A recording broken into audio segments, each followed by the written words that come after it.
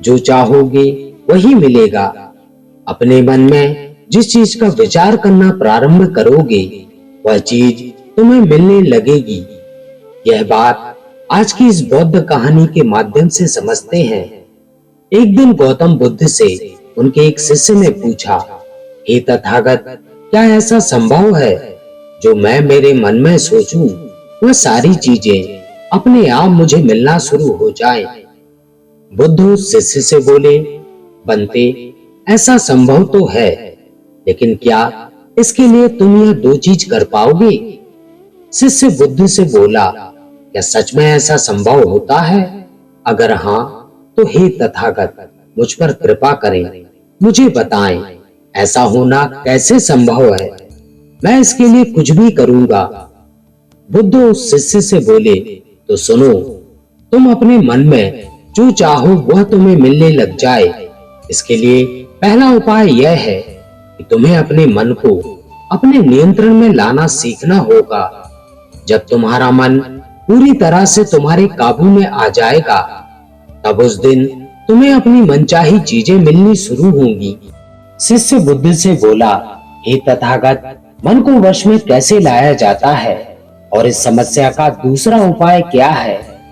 बुद्ध शिष्य से कहते हैं, मन को वश में लाने का सबसे पहला और महत्वपूर्ण उपाय अपनी इंद्रियों को संयमित करना होता है। तुम्हारी पांचों इंद्रियां जब तुम्हारे वश में होंगी, तभी तुम अपने मन को वश में करने में कामयाब हो पाओगे।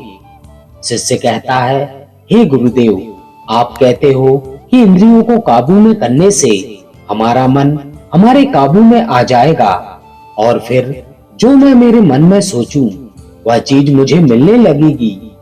लेकिन गुरुदेव, इंद्रियां तो मेरे काबू में है। मैं जैसे चाहूं वैसे अपने हाथों को, आंखों को या फिर पैरों को हिला सकता हूं। फिर मुझे जो चाहे वह चीज क्यों नहीं मिल पाती? बुद्ध शिष्य से कहते हैं, बनते, तुम अपनी पांचों इंद्रियों की क्रिया के बारे में अपने मन में विचार कर रहे हो, लेकिन अपनी पांचों इंद्रियों को अपने काबू में रखने का असली अर्थ यह है कि तुम्हें किसी भी भौतिक चीज का मोह ना रहना। जब मनुष्य के मन के अंदर अलग अलग प्रकार के मोह उत्पादित होते हैं, तब उसका मन उन चीजों को देखकर दुखी होता है, जिस वजह से वह व्यर्थ की चिंता में फंसता चला जाता है। वहीं जिस इंसान का मन अपने काबू में होता है, ऐसा व्यक्ति किसी भी प्रकार के मन के छल में ना फंसकर अपने लक्ष्य की ओर अग्रसर होता है और वही व्यक्ति जीवन में आगे चलकर अपने लक्ष्य को पूरा कर जीवन में सफल बनता है। शिष्य कहता है, हे गुरुदेव, मन को वश में करने का सही उपाय क्या है, जिस प्रकार मैं अपने मन को अपने वश में ला सकूं? और गुरुदेव, दूसरा उपाय क्या है जिससे मैं अपनी मनचाही चीजों को पा सकूं? बुद्ध शिष्य से कहते हैं, तुम्हें अगर अपने मन को अपने वश में करने का उपाय पता करना है तो तुम सामने दिख रहे पेड़ के नीचे 1 महीना हर दिन 2 घंटे के लिए मौन रहकर ध्यान करना। जैसे ही तुम्हारे इन 30 दिनों का सफर खत्म होगा, वैसे ही तुम्हें अपने मन को काबू में करने का उपाय मिल जाएगा। जिस दिन तुम्हें अपने मन को काबू में करने का उपाय मिल गया तो तुम्हारा मन पूरी तरह से शांत हो जाएगा। उस दिन से तुम अपने मन में जिस भी चीज का विचार करोगे वही चीज तुम्हें प्राप्त होना शुरू होगी। अगर तक तुम पैसों के बारे में या फिर संसार में मौजूद किसी चीज के बारे में अपने मन में विचार करते हो, तो यह विचार तुम्हें अपनी मनचाही चीज को प्राप्त करने में तुम्हारी मदद करेगा। पर इसके लिए तुम्हें अपने मन को वश में कर पाना अत्यंत जरूरी है। जब तुम अपने मन को वश में कर लोगे, तभी मैं तुम्हें दूसरे उपाय के बारे में बताऊंगा। शिष्य बुद्ध को प्रणाम कर कहता है, यह तो काफी आसान कार्य है गुरुदेव। 1 महीना ही क्या, मैं 1 साल तक 2 घंटे उस पेड़ के नीचे बैठ सकता हूँ। आप मुझे आज्ञा दें, कल से ही मैं ध्यान करने के लिए बैठ जाता हूँ। बुद्ध शिष्य से बोले, ठीक है, तुम पहले 30 दिन मौन रहकर उस पेड़ के नीचे ध्यान तो करो, फिर हम आगे बात करेंगे। उस शिष्य को लगता है गुरुदेव ने मुझे बहुत ही आसान कार्य सौंपा है, इसे मैं आसानी पूर्वक कर सकता हूँ, इसमें कौन सी बड़ी बात है। 1 महीना पेड़ के नीचे ध्यान ही तो लगाना है, इसे मैं आसानी से कर सकता हूँ। शिष्य दूसरे दिन गौतम बुद्ध को प्रणाम करके उस पेड़ के नीचे मौन रूप से बैठ गया। 3-4 दिन तक ऐसे ही चलता रहा। शिष्य हर दिन बुद्ध के पास जाता, उनको प्रणाम करता और उस पेड़ के नीचे जाकर मौन रूप से ध्यान प्रारंभ करता। लेकिन जब छठे दिन रोज की तरह शिष्य उस पेड़ के नीचे बैठने जाता है, तब उस समय उसका मन बेकाबू होने लगता है। उसके मन में अलग अलग चीजों के विचार आने शुरू होते हैं। उसने जब तक जिन लोगों से बुरा बर्ताव किया, अपने साथ गुरुकुल में पढ़ रहे भाइयों को उसने हर बार कैसे मूर्ख बनाया, अपनी तारीफ करवा के गुरुजी के सामने कब कब झूठ बोला, इन सारी बातों के विचार उसके मन में उत्पादित होने लगे, जिससे उसका पूरी तरह से ध्यान में मन लगना बहुत ही मुश्किल होने लगा। थोड़े दिन ऐसे ही बीते। आज उस शिष्य का मौन रहकर ध्यान करने का 17वां दिवस था, लेकिन उसके मन में बार बार आते हुए गलत विचार उसे ध्यान को ठीक से नहीं करने दे रहे थे। इसके लिए उसने मन में निर्णय किया, मैं इस समस्या का हल गुरुदेव से पूछता हूँ, उन्हें इसका हल जरूर पता होगा। 18वें दिन शिष्य के मुंह पर आ रहे भाव देखकर बुद्ध पहले ही समझ चुके थे कि आज यह सिर्फ प्रणाम करने नहीं आया, अपितु किसी समस्या का हल पूछने आया है। शिष्य बुद्ध के पास जाता है और कहता है, हे गुरुदेव, आपके बताए अनुसार मैं हर रोज 17 दिन से उस पेड़ के नीचे ध्यान लगाने बैठ जाता हूँ। शुरुआती दिनों में मैं जब ध्यान लगाने बैठा था, तब मेरा मन पूरी तरह लगता था, लेकिन अब उस पेड़ के नीचे जब मैं ध्यान लगाने बैठता हूँ, तब मेरा ध्यान अच्छे से नहीं लग पाता।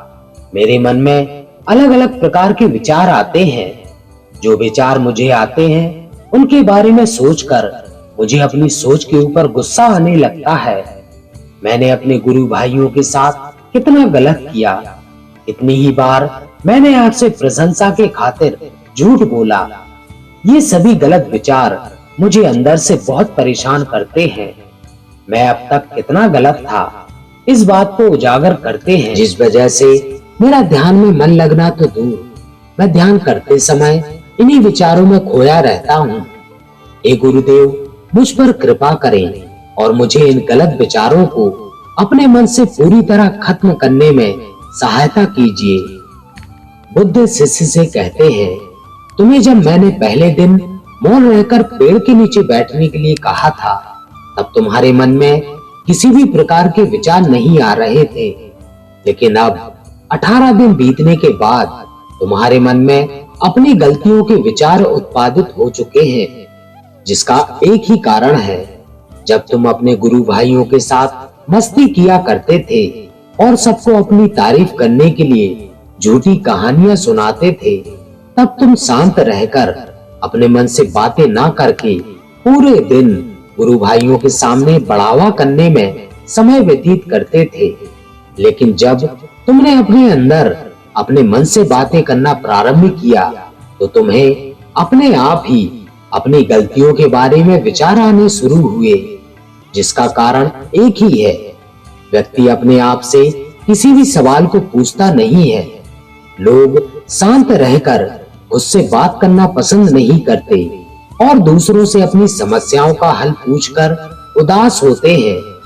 जब इंसान अपनी किसी भी प्रकार की समस्या का हल शांत रहकर अपने आप से पूछता है, तब उस वक्त उस व्यक्ति की बुद्धि खुद ब खुद उस इंसान को बताना शुरू करती है। जब तुम अपने आप से बातें करना प्रारंभ करते हो, तब तुम्हें खुद की अच्छाइयां और बुराइयां दोनों देखना शुरू हो जाती हैं, जिसका फायदा तुम्हें भविष्य में होना शुरू होता है। यानी जब तुम्हें अपनी गलतियां दिखती हैं, तब तुम उन पर शांति से काम करके अपने आप ही आगे बढ़ना शुरू कर देते हो, जिस वजह से तुम अपने मन में जिस भी चीज को सोचते हो उस चीज को प्राप्त करने का रास्ता तुम्हारी बुद्धि तुम्हें दिखाना शुरू करती है। बुद्ध कहते हैं, इसलिए मैंने पहले ही दिन तुम्हें बताया था, जैसे जैसे तुम शांत रहकर अपने मन से विचार करना शुरू करोगे, वैसे वैसे तुम्हें अपनी मनचाही चीज मिलना प्रारंभ होगी। शिष्य बुद्ध से बोला, गुरुदेव, आपने मुझसे दूसरा उपाय बताने का भी वादा किया था। मुझे लगता है वह उपाय इससे आसान होगा। कृपया कर मुझे दूसरा उपाय भी बताइए। बुद्ध शिष्य से बोले, मैं तुम्हें दूसरा उपाय तुम्हारे 30 दिन पूरे होते ही बता दूंगा। शिष्य ने बुद्ध को निराशा भरी नजरों से देखा और वहां से चला जाता है। थोड़े दिन बीतते हैं। आज उस शिष्य के 30 दिन पूरे हो चुके थे। शिष्य बुद्ध के पास जाता है और बुद्ध से पूछता है, हे गुरुदेव, मुझे मेरा मन इतना हल्का क्यों लग रहा है? आज मेरे मन में पहले से कम विचार आते हैं और मेरे मन में किसी चीज को प्राप्त करने का मोह भी नहीं है। लेकिन गुरुदेव, दूसरा उपाय क्या था जिसे आपने उस दिन नहीं बताया? बुद्ध शिष्य से कहते हैं, दूसरा उपाय था ही नहीं, बस मैंने तुम्हें इसलिए दूसरे उपाय के बारे में बताया था क्योंकि तुम ध्यान के इस 30 दिन में भटक न जाओ। तुम अपने ध्यान के इन दिनों को पूरी तरह से खत्म कर पाओ, जिससे तुम्हें अपने अंदर की आवाज को पहचानने में मदद हो और तुम जान सको कि ऐसा संभव जरूर है कि जो तुम चाहो वह तुम्हें मिल सकता है। लेकिन अपने मन को वश में करने के बाद इसके रास्ते और भी ज्यादा आसान हो जाते हैं। इसलिए इंसान का मन अगर उसके वश में हो तो वह अपनी मनचाही चीज को प्राप्त करने में समर्थ रहता है। तो दोस्तों, आपको हमारी आज की कहानी कैसी लगी? अपने कमेंट के माध्यम से हमें जरूर बताएं और यदि कहानी पसंद आई हो तो वीडियो को लाइक जरूर करें और अपने प्रियजनों में शेयर करना ना भूलें। इसके साथ ही जो भी मित्र हमारे चैनल पर नए हैं वे चैनल को सब्सक्राइब जरूर करें और बेल आइकन प्रेस करके ऑल करें ताकि आगे आने वाली वीडियोस की नोटिफिकेशन आपको समय पर मिलती रहे। तो दोस्तों, इस वीडियो में बस इतना ही। मिलते हैं ऐसे ही किसी अन्य ज्ञानवर्धक वीडियो में। तब तक अपना ख्याल रखें। नमो बुद्धाय।